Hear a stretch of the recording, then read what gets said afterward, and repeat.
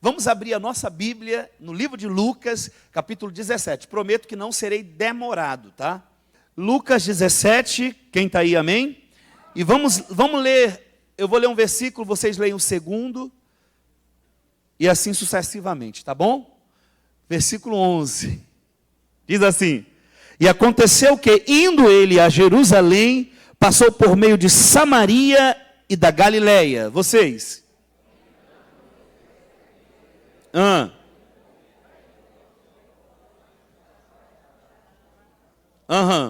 E levantaram a voz dizendo: Jesus, mestre, tem misericórdia de nós. 14.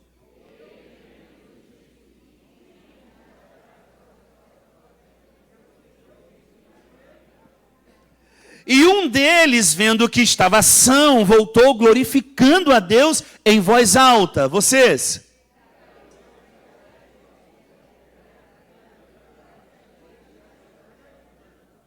E respondendo Jesus disse: Não foram 10 os limpos? E onde estão os 9?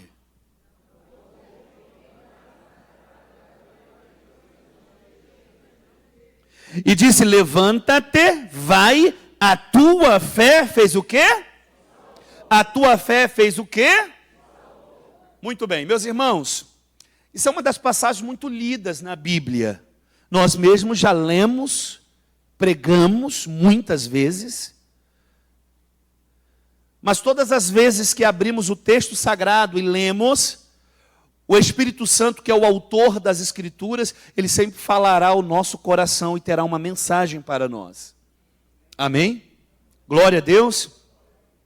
Você imagina o Senhor Jesus, ele está indo a Jerusalém, cidade do grande rei, o rei está entrando lá, só que existe algo de uma aldeia inusitada, uma aldeia de leprosos. A lepra na Bíblia é o símbolo do pecado. É o pecado. As características da lepra que ela tem são as mesmas características do pecado.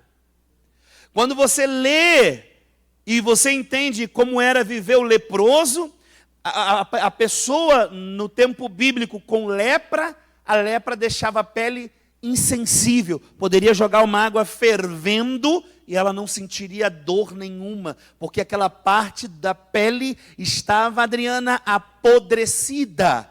O pecado deixa a pessoa insensível. Ela comete uma transgressão hoje, ela comete uma transgressão amanhã, ela comete uma depois, e daqui a pouco ela está num mar de iniquidade. Insensível. A lepra também, ela contagia.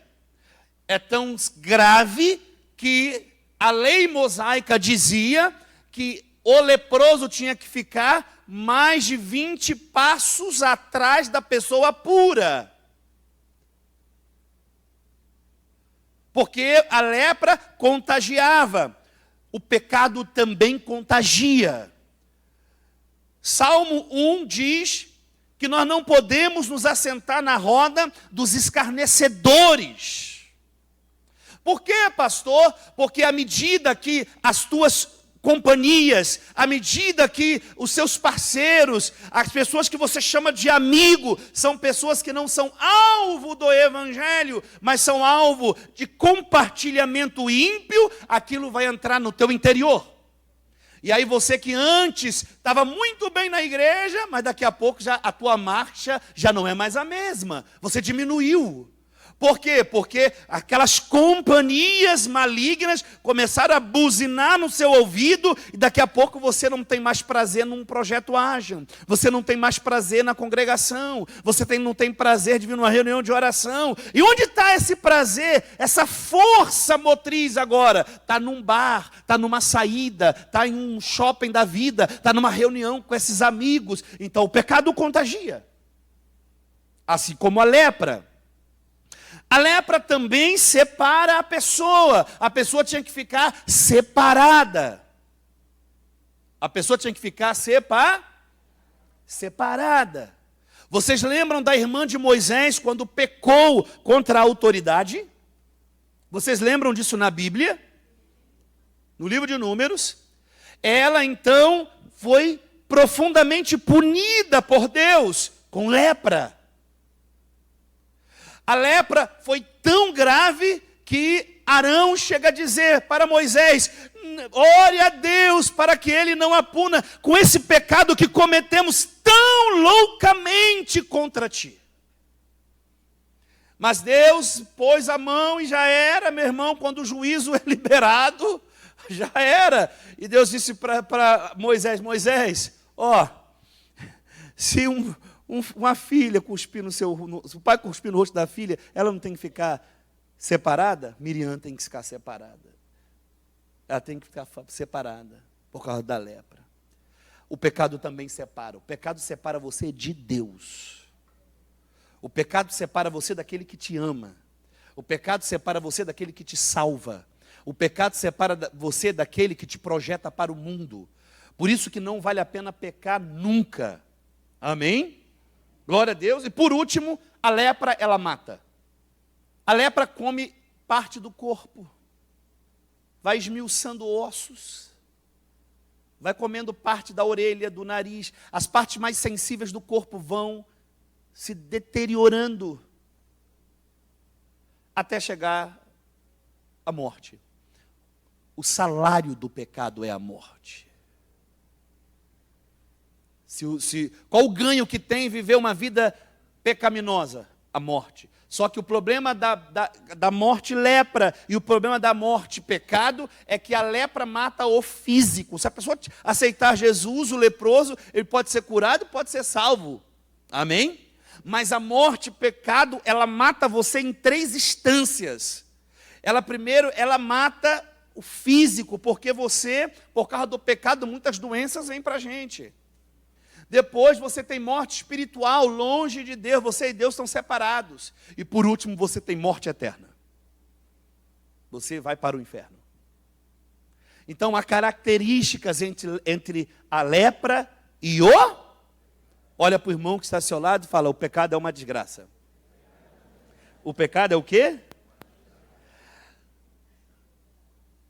Na ação milagrosa que estamos lendo agora, na Bíblia, o Senhor Jesus, ele quer, e foi maravilhoso, porque Lucas traz isso com uma graça muito divina para nós, mostrando como o Senhor é compassivo e misericordioso quando alguém pede ajuda. Esses homens estavam de longe e começaram a acenar para Jesus e disse: mestre, tenha misericórdia de mim. Você percebe que quando há um problema em comum, quando há uma tragédia na nossa vida, uma das coisas que somos é mais humilde. Esses homens, eles estavam, imagina, eram 10. 9 deles eram judeus. 9 deles entendiam e sabiam quem era o Deus de Israel. Ele conhecia os concertos das promessas. E um deles era samaritano. E um deles era o quê? O que eu quero chamar a atenção para nós essa noite, se Deus permitir? Primeiro, que a ingratidão é uma característica da nossa era, o finais dos tempos. Paulo, quando escreve carta ao nosso irmão Timóteo, lá na segunda carta a Timóteo 3, ele diz que a ingratidão é uma das características dos homens da época. Seriam ingratos. E eu vou dizer mais a você, sabe o que significa a palavra ingrato no grego? Sabe o que, meu irmão? Significa desprezível, mal educado, mal agradecido. Uma pessoa, quando Paulo está escrevendo para Timóteo, fala: Timóteo, no final do tempo, vai haver pessoas, vai haver homens, e ali homens é tanto homem quanto mulher, vai haver esse tipo de pessoa, que eles vão desprezar a graça, eles vão desprezar as bênçãos, eles vão desprezar as pessoas, não importará mais para eles as pessoas. Porque isso é uma característica do mundanismo. Você percebe que o mundo agora, qual é o dilema do mundo? Amor próprio. Não é? As novelas trazem o quê? Você tem que se amar. No Evangelho, você tem que amar a Deus acima de todas as coisas. Nós caminhamos na contramão do mundo. No Evangelho, Ele é o centro. No mundo, você é o centro. No Evangelho, Ele é Senhor da sua vida. No mundo, você se guia. No Evangelho, é Ele que prepara as diretrizes para você caminhar. No mundo, o mundo te leva para o inferno. No Evangelho, Ele oferece a redenção. No mundo, Ele faz você experimentar um mergulho no pecado. Cuidado com a ingratidão. A ingratidão é uma das maiores tristezas na vida de um cristão. Você percebe que a pessoa que ela está, às vezes, a pessoa está atacada pelo diabo com setas de ingratidão, e ela não volta para agradecer. Quando a palavra volta para agradecer, está ali movido de característica importante. A gratidão nunca é só a gratidão nos lábios, a gratidão ela envolve ofertas, a gratidão ela envolve a vida. Vocês lembram de Ana na Bíblia? Vocês lembram de Ana, mulher de Eucana na Bíblia? Não? Já leram? Ela estava angustiada de espírito, ao ponto do sacerdote Eli achar que ela estava o quê? Bêbada. Mas o problema é que ela estava angustiada de quê? Porque não tinha filhos, até que o Senhor a visita.